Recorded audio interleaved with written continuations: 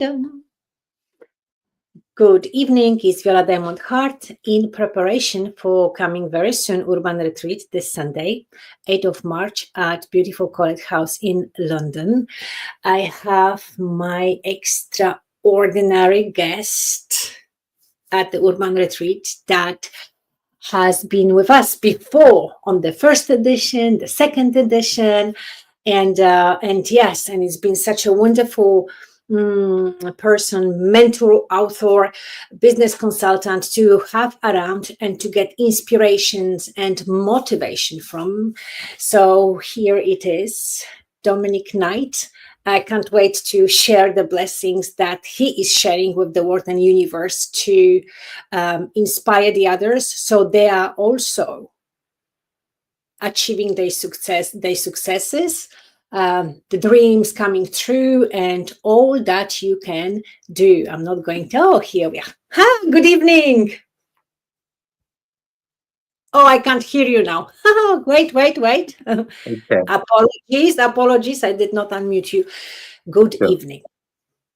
Good evening, Viola. Thank you so much for the wonderful introduction. Thank you. Thank you for carving the time in your very busy schedule, flying between London, Dubai, and all over the world, promoting your book, your expertise, and bringing so many insights and motivating. Oh, the power! You are the powerhouse. So, could you actually introduce yourself in the way that you do?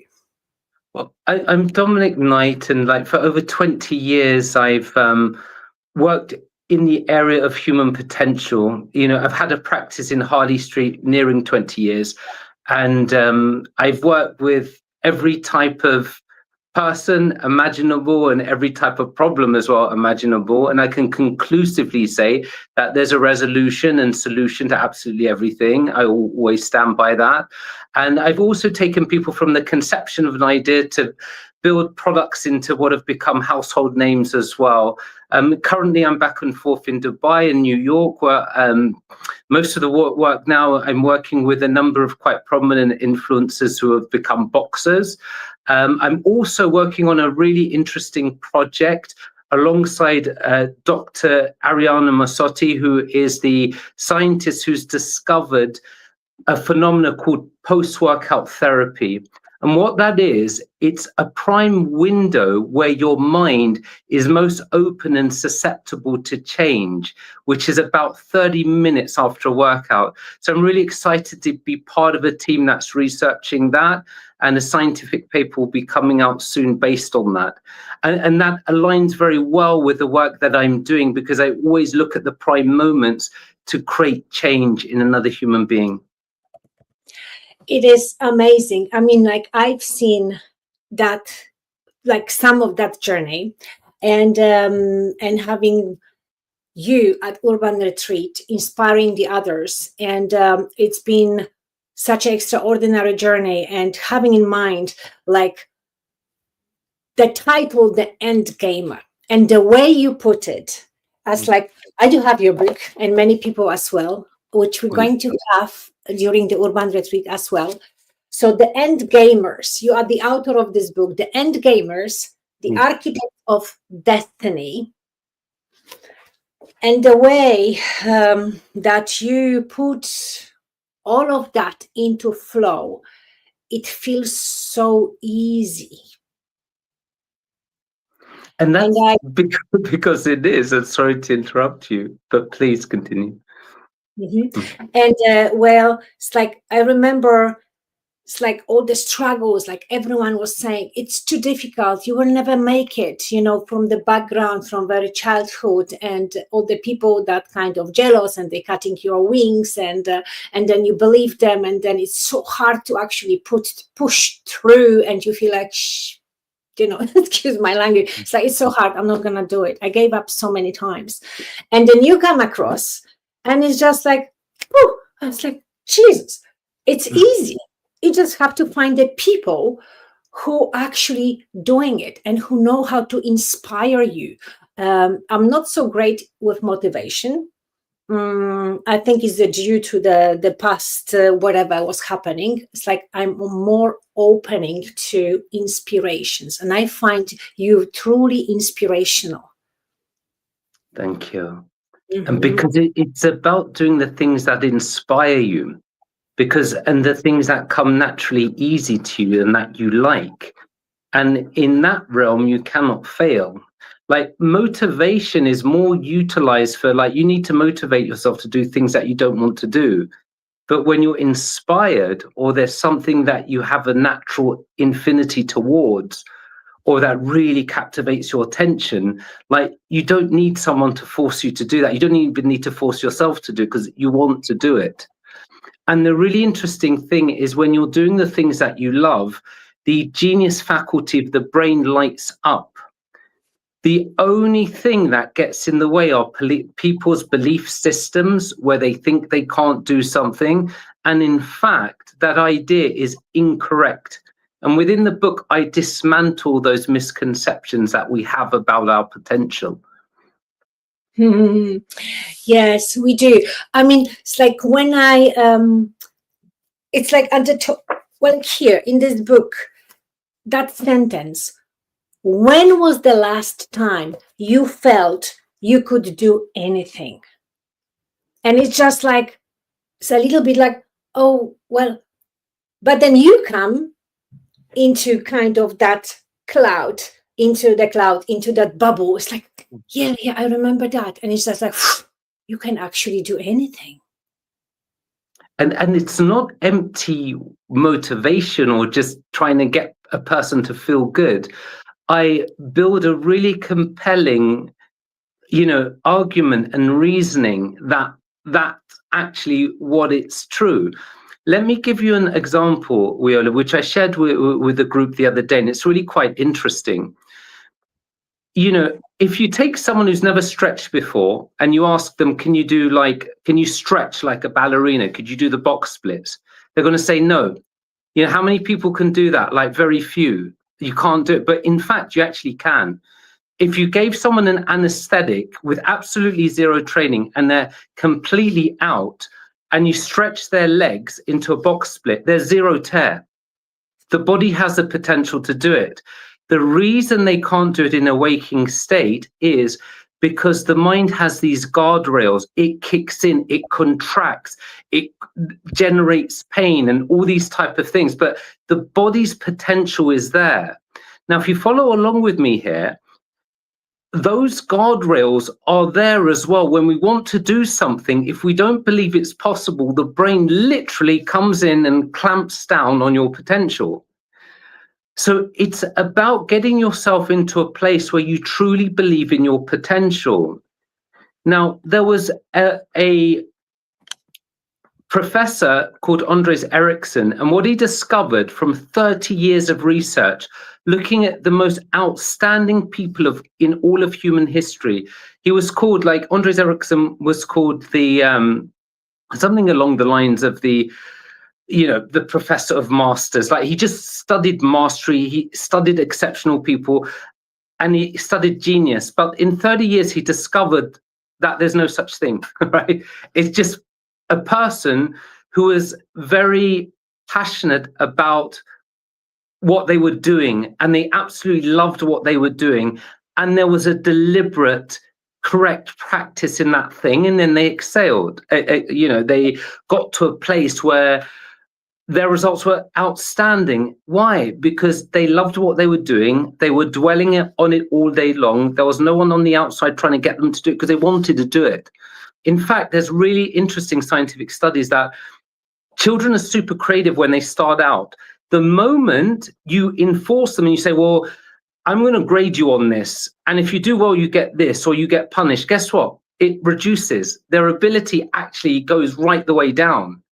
It caps their freedom. It caps their ability to produce outstanding work.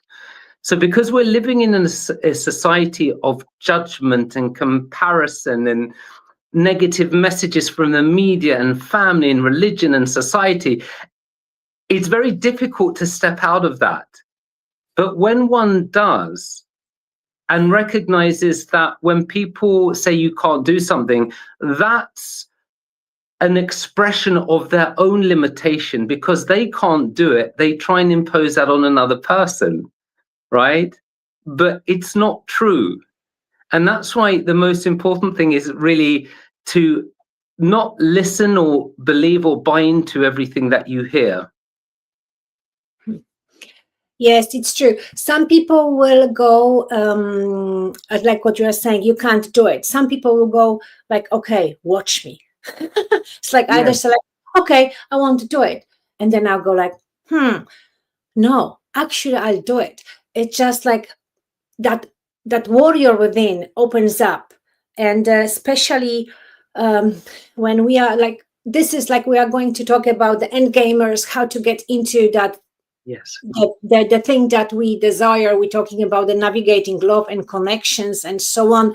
And sometimes like we get into those partnerships, yes, and whether the business relationships, love relationships, or friendships, or we just meet the people we know, and we kind of come to certain agreement, and then one pulls away for whatever reason, and you just think like, oh my god, it's like my life is going to end. And there is a drama about it in a way, especially for the women, because the men, they have a different mindset, and then is a time that needs to be a little bit kind of everything balanced, and then it's like, hold on, my life is not it hasn't ended. It's like, do I make a decision like, okay, whether, and that's what I was told once, with you or without you, I'll do it anyway. And I remember that pierced my heart, and I was like, oh my God, it's not happening.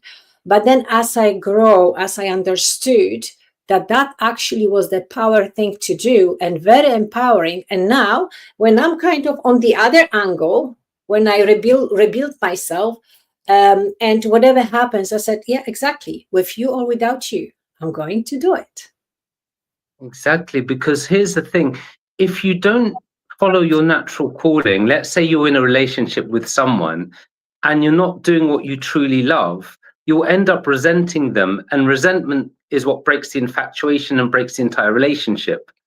This is why the relationship cannot grow and it cannot evolve into something wonderful without true love for one another, right? Because if there's true unconditional love, then you want your partner to be the greatest expression of themselves and to flourish and follow their heart's content.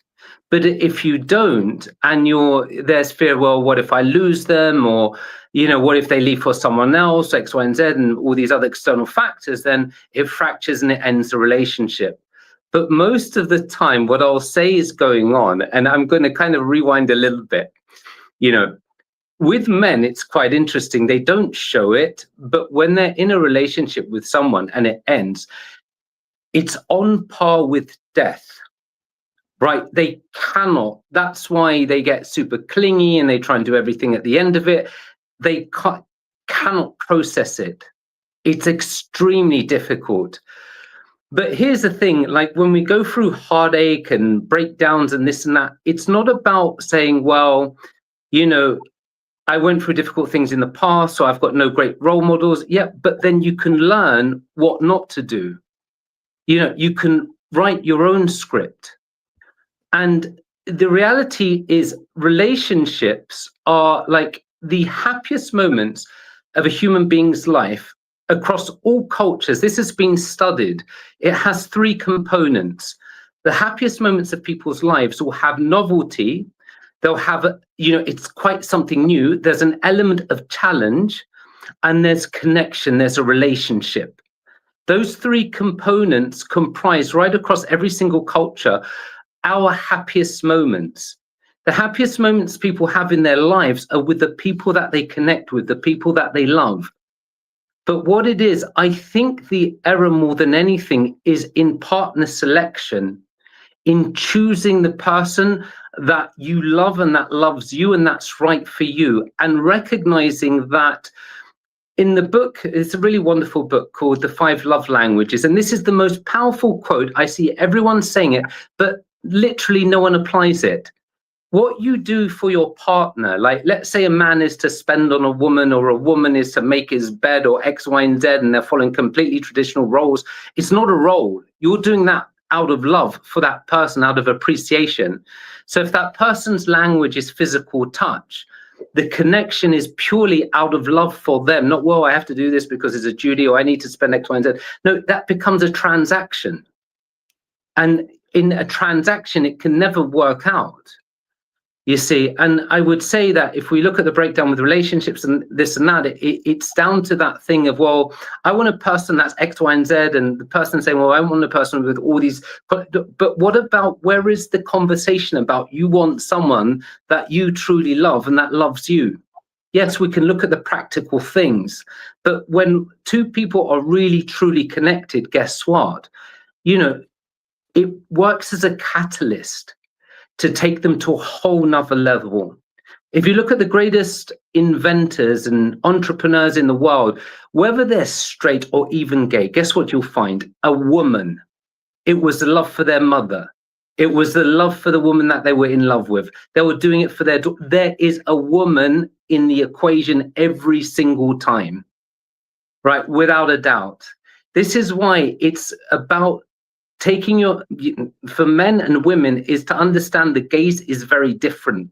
Like my projections as a man, it's based on my biology. A woman's projections are based on her biology. But what happens in this is the error. A woman will project what she thinks a man wants or how she should mold him based on her own biology, and a man will do that to a woman. And that's both wrong, because that's not how they operate.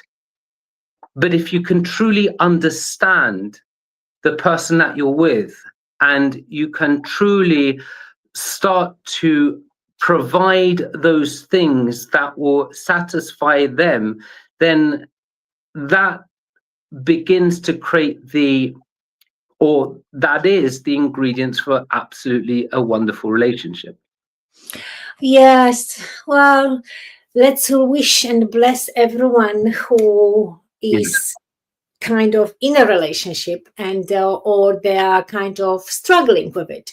Why do people are struggling in the relationships? Or, as we were talking before over the phone, like when we are alone on our own, there are certain situations, or there were certain situations that we don't want to go back into a relationship. I remember, like myself, I was like, that's it, I'm done with this, whatever that is. It's like, I want to be on my own. I'm done. I went through all the dramas possible, and well, whatever that was, and it's like, no.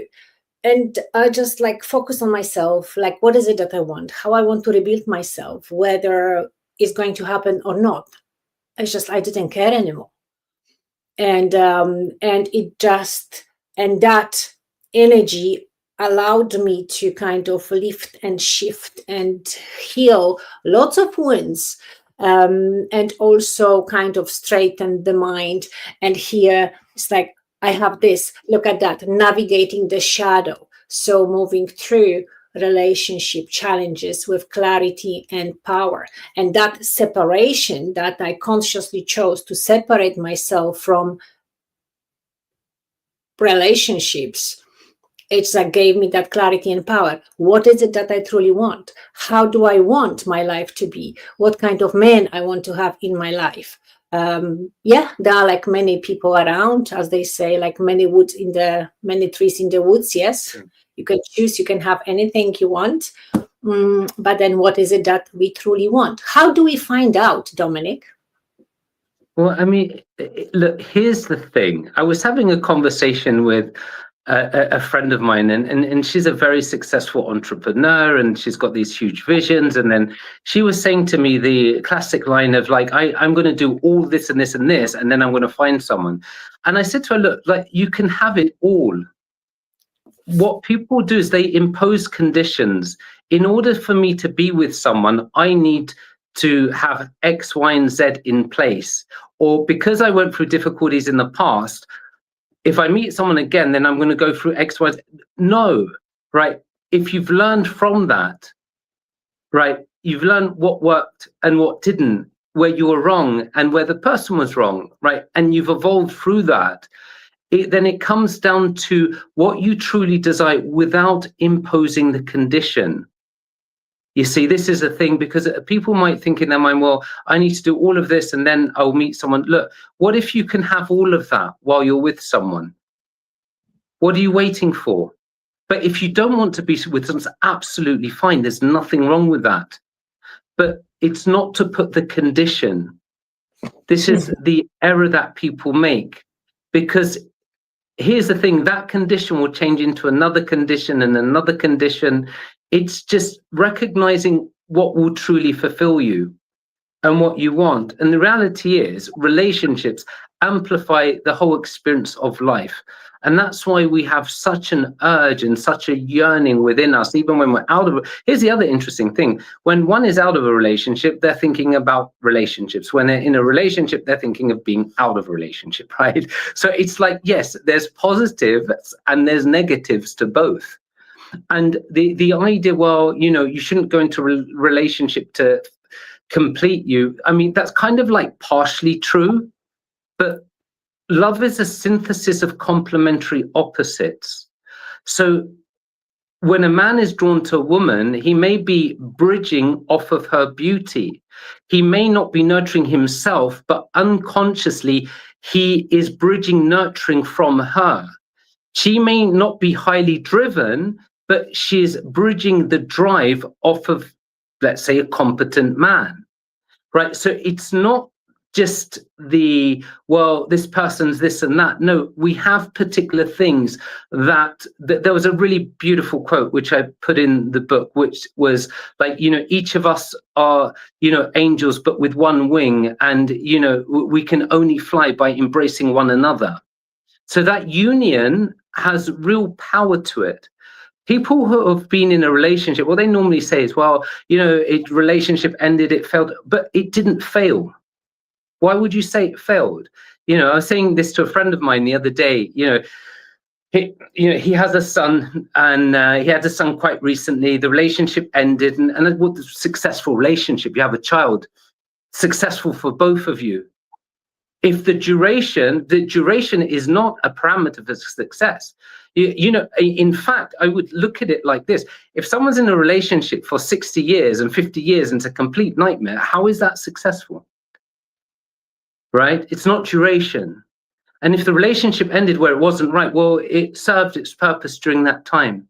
Now you can grow and you can expand from that and look at what you truly want. But once again, without imposing the conditions or the bias or presuming or, you know, associating or projecting that that person may be like this because their previous partner hurt them. You know, no, everyone deserves to be seen where they are and who they are without the projection. Otherwise, the projection could be something like prejudiced. Just because you've been through a pain in the past, it doesn't mean that you project that on another person. Our brains may have a tendency to create some type of anchor, but it's for us to see beyond that. It is. And it's like within those projections, we got to, how you as that mentor and consultant and author of this beautiful book, how do you advise to someone that has went through the hardship and it's like, oh, over and over again, I get the same type of man or woman. All the time, the same things are happening to me. And it's like being in the victim mode. And sometimes the people, they don't see that from outside, their family, friends, and everyone see it, but like, it's just not clearing. How would you navigate that? Again, it's with some questions which can be quite tough questions, but they're necessary. As in, a friend had contacted me a while ago, and you know, she was going through a really difficult patch with a guy that she was seeing, and I just posed the question to her because she was rambling on that he's a narcissist, his X, Y, Z. I said, like, what is it within you that's evoking that in him? Right? by saying that, I'm giving her the power, right? I'm giving her the power. You're doing something that's evoking that response. And if the person is generally like that, then they may not be the right person for you. You know, I once had a client and she was complaining to me that, you know, she was married for 20 years and she's still married to the same guy, and he was an alcoholic from the beginning, and she was complaining to me that he's still drinking. And I said, well, who's the stupid one? What does an alcoholic do?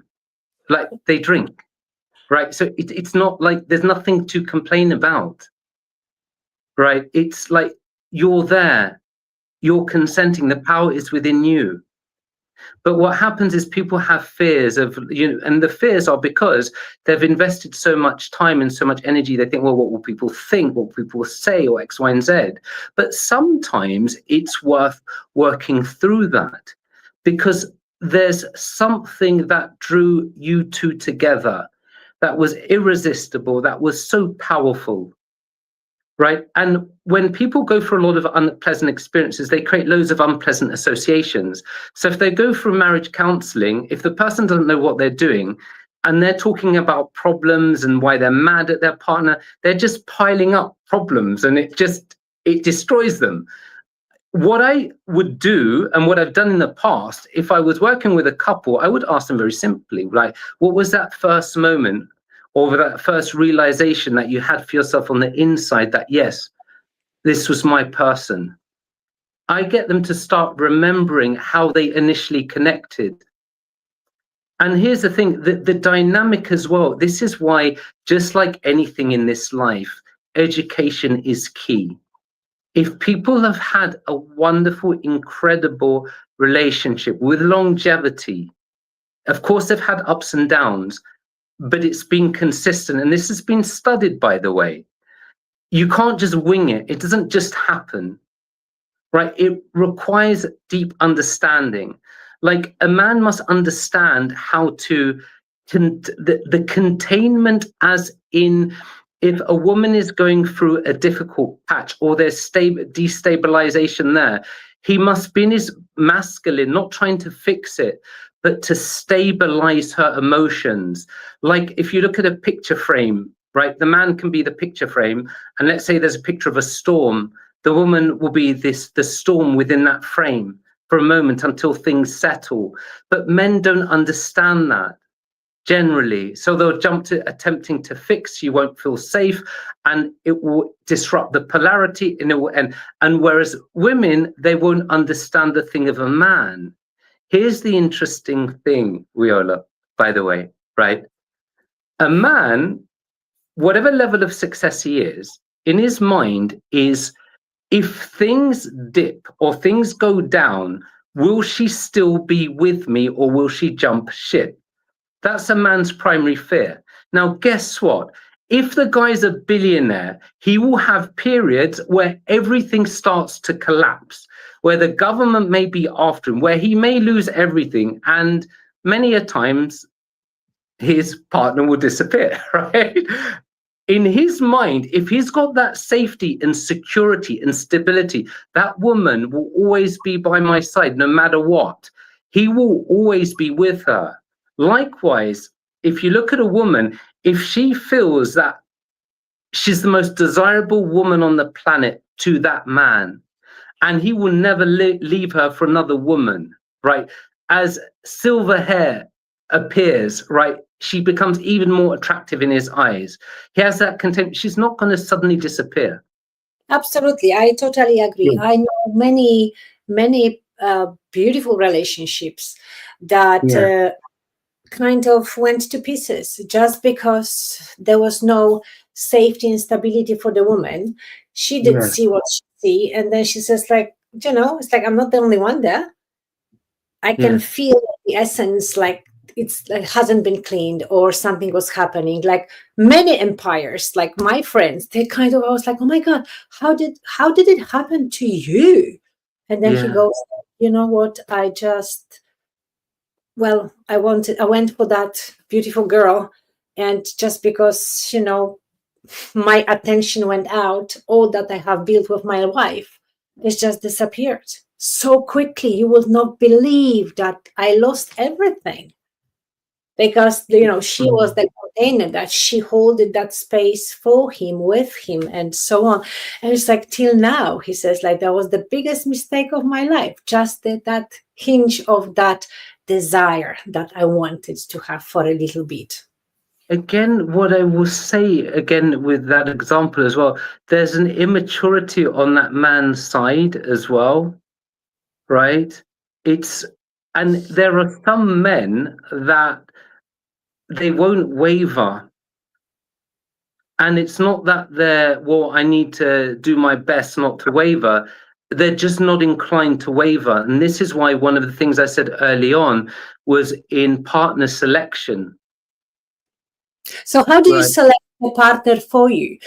Because sometimes, like, yes, we fall in love, or we feel that desire to be with that person, and there is a time and space, and reality kicks in, and then you just start to question yourself. Is this relationship good for me? Are we actually creating something beautiful here? Or I'm just settling for whatever, just until someone else comes along. And then you see, the woman is looking around, going here or there. The man is driving the car and looking at the street, going there or there. It's doesn't really pay attention. And then suddenly you go I'm not into this. I'm done. So how do we know that this relationship is beneficial for me, for him, for both of us? Okay, that's a really good question.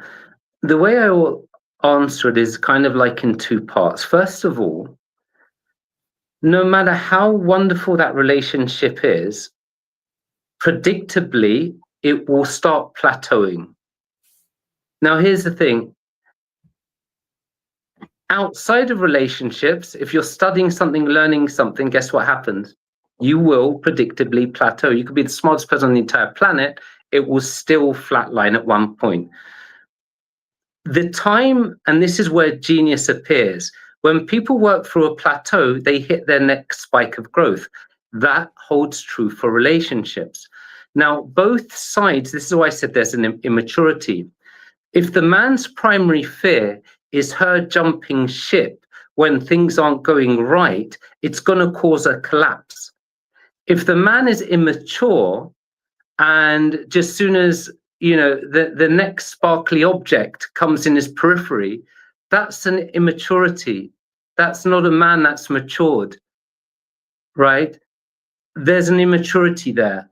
So with a man with the immaturity, and he sees immaturity that sees that, then potentially he will jump ship.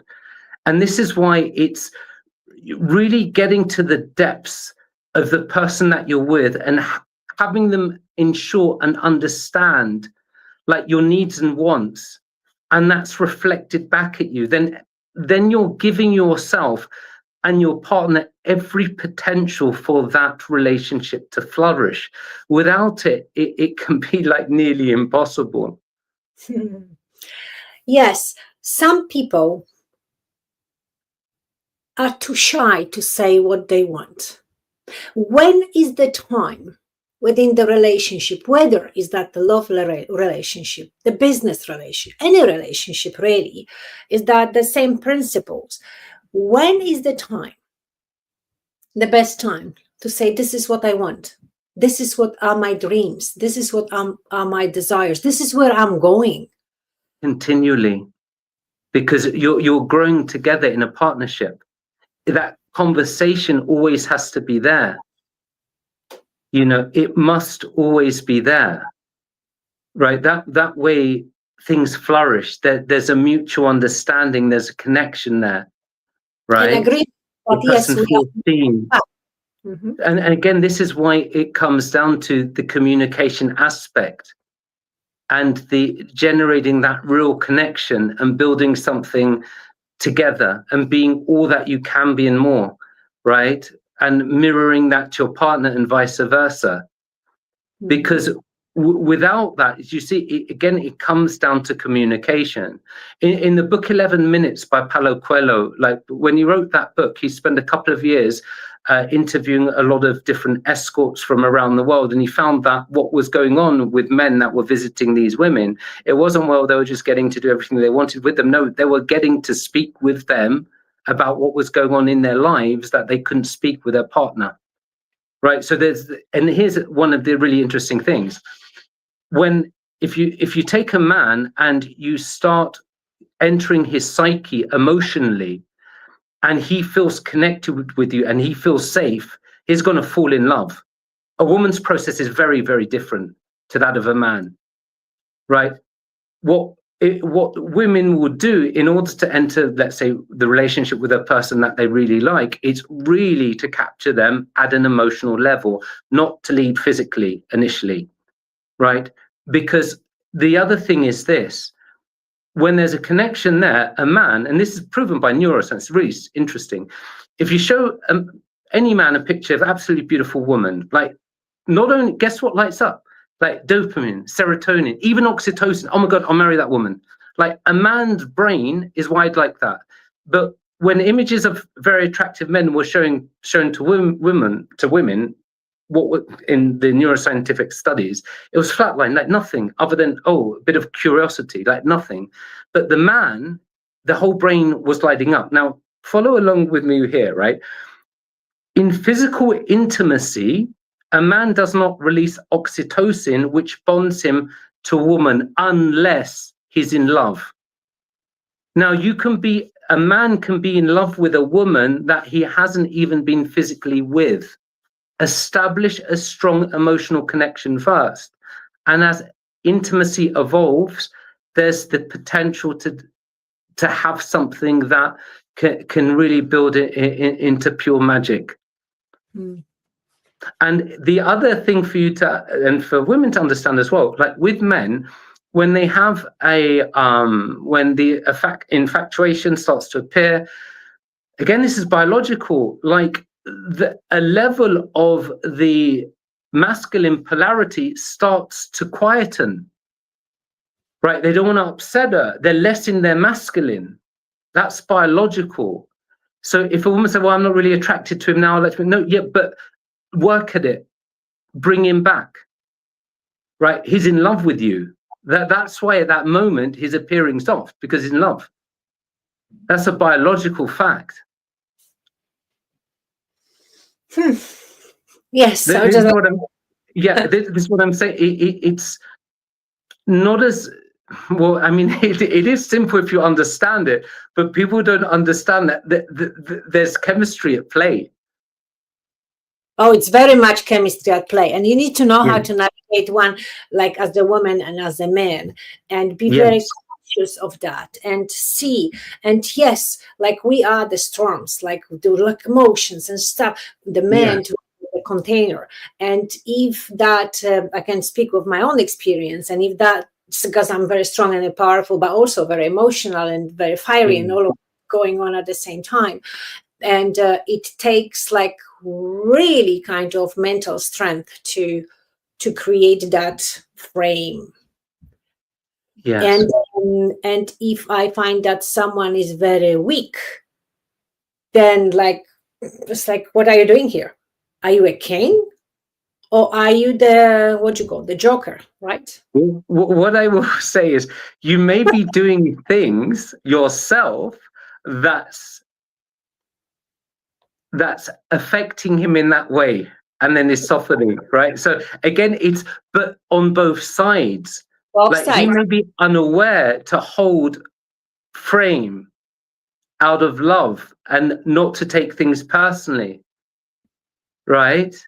So again, this is why, like, the understanding part of it is very important. The communication side for both men and women, and how they operate. It's not like one operates like, as in individual. There are general ways in which a man's biology works and the general ways in which the female biology works, right? Mm-hmm. Yet we all have our own values.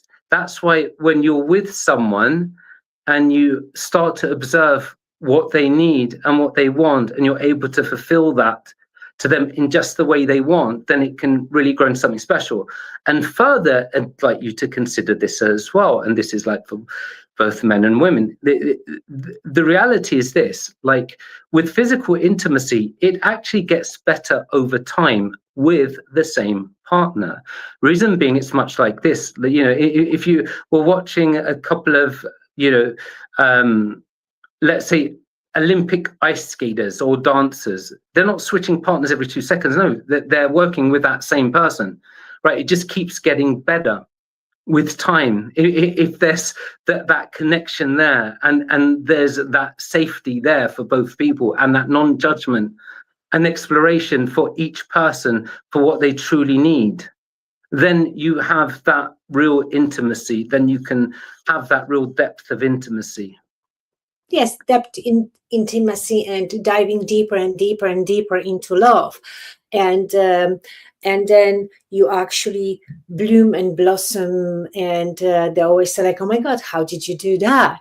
I was like, It's very simple, because I am like fully open. There's perfect communication. We are not afraid of one another. And then from that relationship, where we grow, we bring that wisdom, that light, that rejoice to our work, to our businesses, and it becomes like a very beautiful life.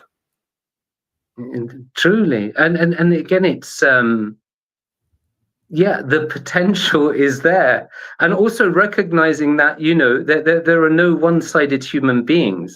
So your partner could be really take a moment where they're really stern or they appear cruel, but that could be an act of love. But you know, if let's say when my daughter was like 2 years old, she opened the oven. It was dangerous, so I smacked her hand. It's the only time I ever smacked her hand. I didn't really believe in smack, but that was an act of love. She was crying, but that's an act of love, right? So an act of love, it can sometimes appear cruel, right? But it's the intent, right? So here's the thing.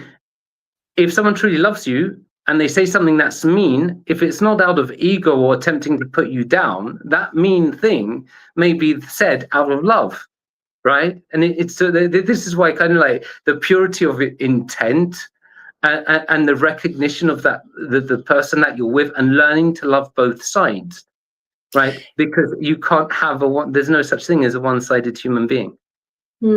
Yes, and it's when you feel safe and you know that you are being loved. Of course, you are vulnerable, but it's so much nicer and more beautiful when someone that loves you say like, hey, I see within you that you can do better, and inspire that person to grow. Because that personal growth, as we grow separately, we grow together also. Our relationship blooms and blossom, and our separate businesses that we do or whatever work we do, we grow there. We earn more money, we have more clients, and you know, it just, the growth is there, and it's such a beautiful thing to observe. Like when there is love inside of that relationship, how they're expanding. Yeah, I mean, that's beautiful.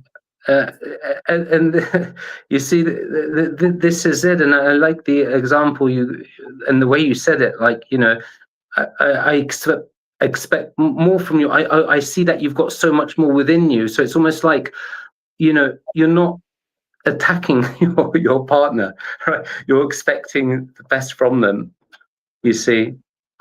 And that's you know, it's very important. But again, it comes down to really that level of a deep level of communication and a deep level of intimacy. And also the whole thing is, because we have a culture of social media and short attention spans, the reality is this as well, that like sometimes you can meet someone, there might be a bit of a connection or a spark, they may not be. But later on, it can really turn into a roaring flame. Before you know it, you're absolutely like crazy about this person. It doesn't have to happen that second. Can't be forced either. Right. But being open to possibilities and looking at the qualities. And I think it's like looking at the qualities that you want in a partner, but also then bringing yourself, like, you know, what you bring to the table. And that's really exciting because it brings out the best in you. Again, I can only speak from a man's perspective, but it's almost like when you're in love with someone, like you literally move mountains for them. Like it just brings your level of everything that you do to the next stage because you want to be with that person. Now, here's the thing. If that person turns around and says, well, I want more, I want someone else because they've got more than what you have, then it's crushed, right? But if the belief is in him, I was watching. There's quite interesting. There, you know, I can't remember her name, but she's an American who married into the royal family, and she was speaking about when she met her husband, and it was really, you know, quite cute. She was saying that she didn't know that he was a royal, and they were, you know, some type of mutual party, and he asked her to come on a cinema date, and they just met at a random regular cinema, like nothing extravagant or anything. And like 6 months down the line, she found out who he is and who he was. It's just like, now, if she was a random woman who just thought, well, I deserve this and this and this, and I want all these types, well, that wouldn't have happened, right? It would have put that person off right away, right? Well, yes. Well, yes and no. We never know. You know, it's like whatever is predestined, or you know, how do we? It's like sometimes things, the meetings, and the whatever we kind of find ourselves in, it's predestined, as they say. Yes, it's like written in Akasha or whatever. But here we are coming like with you. It's like end gamers. Yes. We are talking about the end gamers, the architects of destiny. Yes. And yes, I do believe in that. Yes, the soul, and I was destined to do that. Yes. But you know, it's like also I'm kind of as I'm coming into this experience and life experience, experiencing. Oh, I said like, actually, it's like, well, maybe not. But how many things have manifested for me because I was thinking about that actually I can have that. If she or he has it, so why can't I? And then kind of imagining myself like being there, having this, or I remember when I bought like one of my first cars, and I was like, oh, I'd like to have this. And then I was like, okay, so how can I actually know how it is to drive this car? So I went to the car giant, and I was like, well, I want to check this car, and I was playing that, you know, all of whatever I was playing there, and I was very well served. I was given the beautiful pictures and everything. And guess what? Year later, at the same date, 9th of September, I bought the car, the same color. I was even in the same dress. Amazing. I was like, brilliant. Oh my God. It's like, and I was just because I posted that picture on Facebook like a year earlier, and then again, and it came as a reminder, and I looked at it and said, oh my God, within 1 year, how did I do this? I said, well, actually, I don't care how. Thank you. It was, yeah. So as end gamers, as you teach the people, as you kind of, as a mentor, as a consultant, as that strategist, how do you actually overcome that mental blocks, limiting beliefs, like I don't deserve, I'm not good at, whatever that is for that individual, that you can actually have it, that you can have this, you can be that, whatever you choose? Well, look, here's what I discovered, and this is, I will first give a little bit of science to this to help in terms of people having the belief in their potential, and then we'll start speaking about the manifestation part of it as well. If I ask you to remember something in the past that occurred, and I put you on a CAT scan, or or an MRI, I'm scanning your brain and I get you to remember a past memory of something that happened. You have what's called neural networks in your brain that light up. If I get you to imagine vividly a future outcome and you really immerse yourself in that future outcome, the same neural networks light up. Your brain thinks it's real. And because the mind, the body, the brain, it's a prediction machine. If you imagine something vividly and you take ownership and you believe you can have that thing, your body literally goes into autopilot. That's kind of a little bit more of the science side of it. If we look at it from the philosophical perspective and we use the term feeling, you see, feelings are magnetic, like feelings cause resonance. They cause for you to be in harmonic resonance with the thing that you want. And it will create circumstances, people, times, places that will have you experiencing and having that desire that you want. And the only thing that gets in the way is incongruency and doubt and not believing. And this is why the embodiment of the greatest version of yourself, or the person where that thing that you desire is normal, when you embody that state and you believe that, and there's no desperation, and you feel that you already have it, and you feel it's already part of your life, then it creates this inevitability. But it's feeling. So what you done when you were associating with the feeling of the car, right? It's an interesting one. If you remember, you had Catherine, I believe, last year. Was it last year or 2 years ago? When it was, yeah. When Catherine came down, who's one of my mentors, myself, right? And she was the one that taught me that, like, when you have a desire for something, it means it's for you to consent to agree to the desire, not debate about, well, I don't know if I can have it, I'm too young, I'm too old, and I'm much money, I've got too much money, I'm not in the right. No, it's for you to find a way of being in agreement, agreeing with that, right, with the receipt of that. And by imagination, you harness, or by harnessing the imagination, you take yourself into a place where you create the potential to receive it, or you find yourself in a place where you just go for it and you make it happen without hesitation. Yeah, I like that. Just go and get it. Don't hesitate. It's like you see something.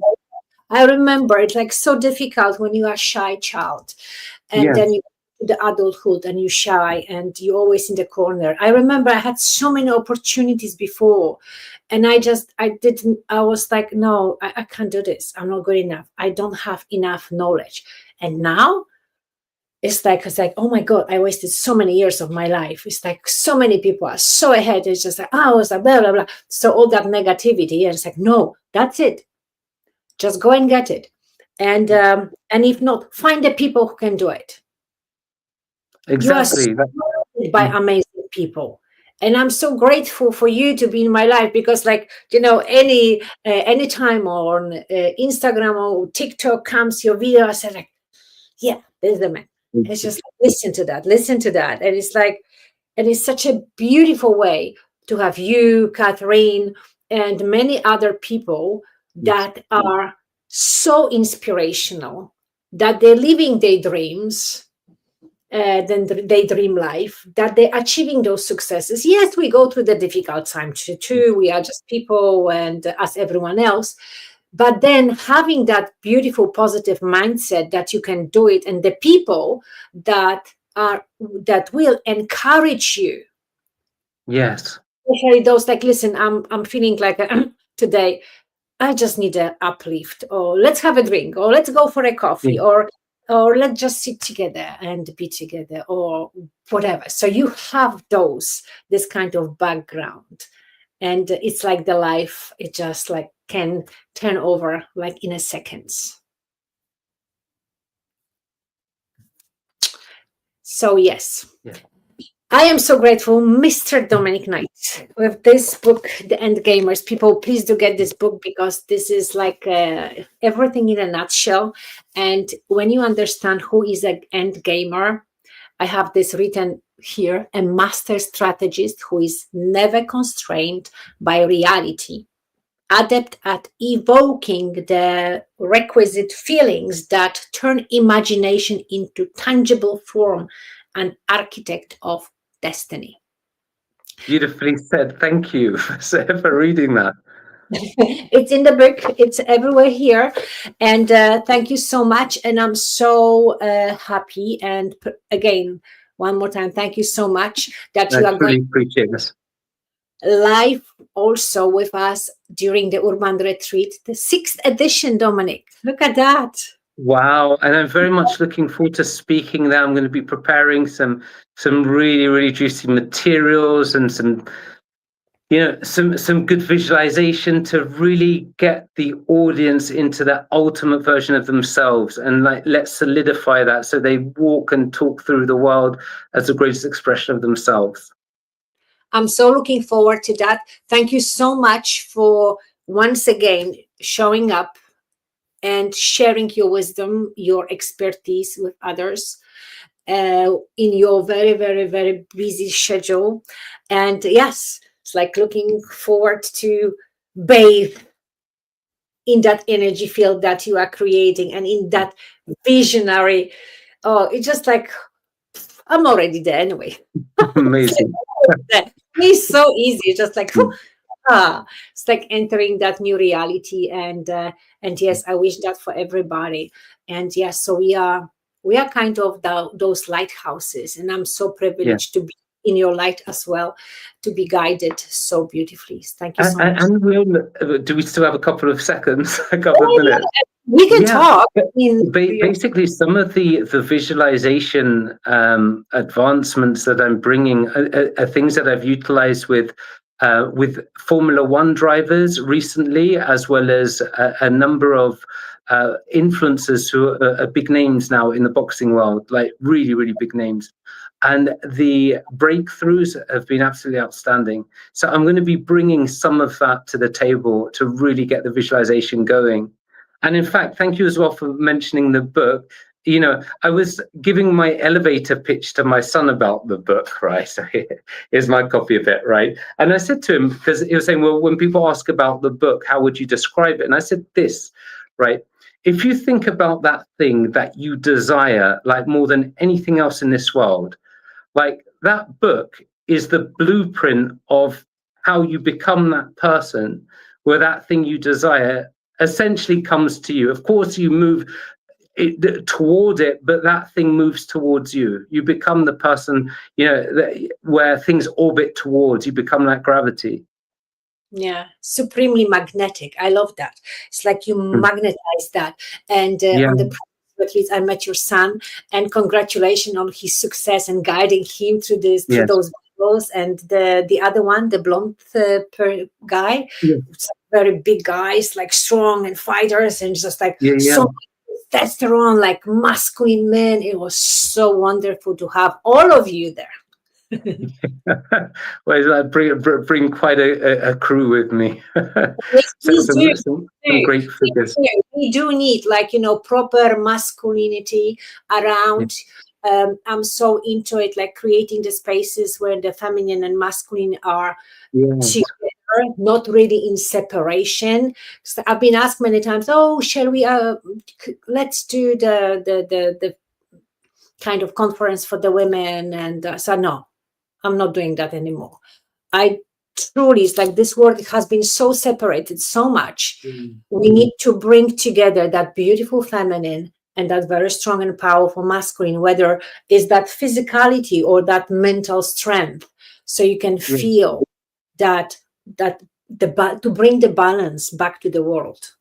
Yes, I absolutely agree with that, because like, if not when, do you see like the separation of like there's so much push in social media for like masculinity, and then women for femininity. Look, what about like this partnership of recognition, right? Getting to really truly understand, right? And that can only happen by really coming together and bringing out the very best in one another always. I'm so looking forward to it. It's like, I'm so, I don't know even how to say it. It's like, I'm so happy that, it's like I managed to create all those and attract the beautiful Yes, feminine and very strong and powerful masculine, that we can meet together and create this extraordinary place when we can be nourished and inspired. absolutely. So once again, I'm truly looking forward to this Sunday, and yeah, I will give my very best. Thank you so much. Thank you so You're much. welcome. Oh, and one more thing. If you want to find the Dominic and all that he does, well, some of it, some of it, here is the page, knightmentoring.com. And yes, please do get in touch. And on socials, on Instagram, on TikTok, or wherever Yeah. you are posting all those beautiful videos, they are so inspirational. They are short, but really to the point. Yes. How people can find you? I'm more active on Instagram at the moment. So Knight_mentoring is my handle on Instagram, but well worth the follow. Well worth to follow. I do follow. I share with the others and say, "How did you Thank know you. this?" Well, the miracle of creation, the angels, whatever that was. We are here. And yes, thank you so much. Thank you Thank so you much. again for having me. And Have a beautiful evening. excellent. And I'll see you soon. And I'll see you on Sunday morning. Okay, bye. Bye-bye. Thank you so much. So, beautiful people, that was Mr. Dominic Knight, the author, the speaker, the business consultant, well, the powerhouse. Whatever you need, you will find in that book. You will also find on his page. Join us during the Urban Retreat this Sunday. We are going to celebrate, of course, it's International Women's Day. We're going to celebrate over there. We are bringing that, the other facilitators, the men and a woman, to create this beautiful nest, the nest of goodness, when we can share, inspire each other, cherish each other, and create much, much, much better world. So, yes, architects of destiny. What is it that you need? What is it that you want? Trust, believe, visualize, feel, manifest your dreams. Find the people who are skillful enough to guide you. And yes, we're to the better life. So much love. See you on Sunday in London at College House. So much love.